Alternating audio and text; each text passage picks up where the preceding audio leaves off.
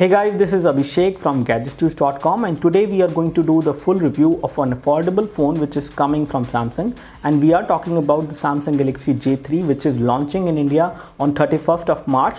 This phone in India will cost you less than 10,000 rupees. It has got decent hardware, it has got its pros as well as cons. We will highlight all of that in this video. So let me get started with this particular review, and the first thing which we are going to talk about is the unboxing of the phone. This is how the retail package of the phone look like. We have already unboxed the phone and used this phone for approximately 2 to 3 days before doing this review. So inside the box you get a charger which is 1 ampere charger. You get within the package a microSD cable which come within the package as well. You get standard set of earphones which has a mic as well.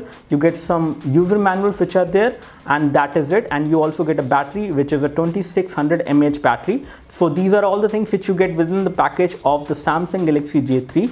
Let me start with the review, and the first thing which we are going to talk about is the design and build quality. As far as design of the J3 is concerned, J3 has got a slightly fresh design compared to whatever we have seen till now from Samsung. It has got this shiny golden lining over there on the bezel, which does make this phone look quite good and quite premium for the price point at which it is being offered. This device has got 8 megapixel autofocus camera at the back with LED flash and a loudspeaker over there as well. On the front you have got 5 megapixel fixed focus camera. The front and rear cameras both are capable of recording high definition video at 720p. The front has also got this physical home button, which is a very good button and gives you good feedback, and it feels like metal button this time compared to the plastic button which we have seen on affordable phone from Samsung earlier. As far as bottom is concerned, the bottom has got a microSD port for data syncing and charging.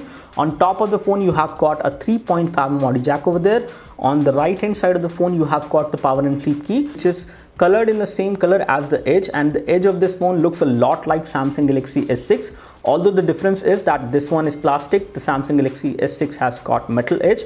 On the left side of the phone you have got the volume rocker, which is a single button, and both the power and sleep key and the volume rocker buttons, they give you good amount of feedback. On the build quality front, this phone has got a great build quality for the price at which it is being offered, and you are also getting a 5-inch of Super AMOLED display, which is a very good display. Although it is a high definition display, not a full high definition display which you might expect, but at this price point you are getting a good display on this device, which is definitely better than other devices which we have seen in the same price segment. For indoor usage this display is good enough. For outdoor usage there is no automatic brightness support on this device, but they have given a special mode which is called the outdoor mode. You can enable that mode manually and you can get brightness properly so that you can use the phone in outdoor conditions, although in terms of the brightness level you will have to control it manually because there is no support for automatic brightness on this phone. Talking about the hardware, it has got a 1.2 GHz quad core CPU which is coming from Spreadtrum, and this is a third party chipset which we have seen on Samsung Galaxy J2 as well last year. So the chipset has improved and it has become better. The processor is much more powerful now compared to what we have seen last year. Talking about the RAM, it has got only 1.5 GB of RAM, which is again not too much, not too less as well. Again, it is better than having 1 GB of RAM on the phone. The overall performance of the phone does get affected because of this much amount of RAM, but for basic and moderate user it is a good enough RAM for daily usage.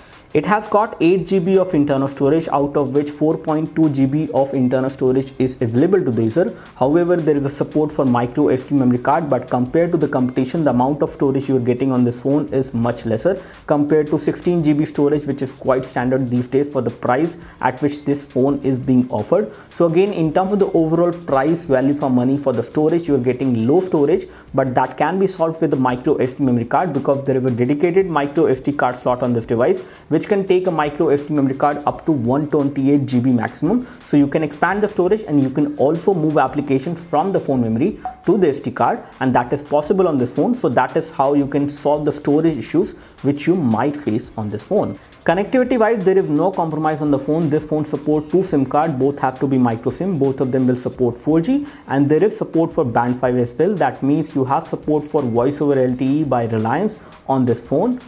On Antutu, we got a score of 26,433, which is good for a device like this. And on Inamark, we got a score of 51 FPS, which is again decent, if not great. It has got Mali 400 MP GPU, which is good for gaming, but not great for gaming. You can play gaming on this device. You can do high definition gaming as well. Games like Modern Combat 5, Dead Trigger 2 can also run, but only in medium or low graphic settings. Do not try to run them in high graphics settings because it will show a lot of lag on this phone. Considering the hardware of this phone, it is good for data usage and performance as well, but again, for basic and moderate user, in case you are a heavy user, do not go for this phone. Let me talk about a special feature of Samsung Galaxy J3, and this is about the S-Bike mode. This S-Bike mode can be activated on Samsung Galaxy J3 with the help of this NFC tag. This NFC tag you can put on your bike, and the moment you tap your phone on this NFC tag, it will activate the S-Bike mode. Under the S-Bike mode, you have a separate application which takes care of different things like notification, so that these notifications like missed calls and messages do not disturb you when you are driving the bike, so that you can drive the bike safely. There is one more thing which you can do with the S-Bike mode, that you can alert specific people which you can select. In case you are trying to reach to them and you are on a bike driving, you can specify a location and you can actually send them an automatic message in case they try to call you when you are driving the bike.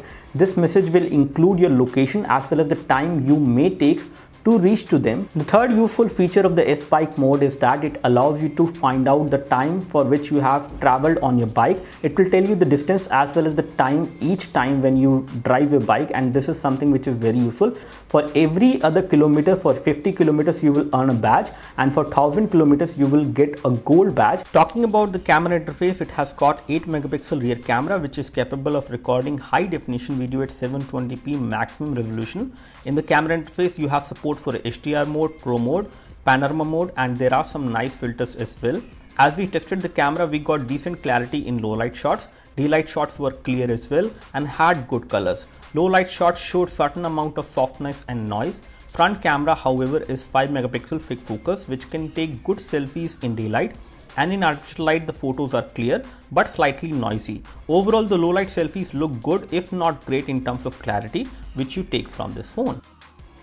It has got touch-based UI which runs on top of Android, which is smooth and responsive in initial usage, but as you install more applications and games, it will become slow and laggy. But the overall usage of the phone is not affected for a basic or a moderate user, but in case you are a heavy user, you will notice a lot of lag as far as user interface is concerned. The user interface is good for data usage, but it is not great in terms of the responsiveness, but it is definitely not a deal breaker in case you are considering this phone.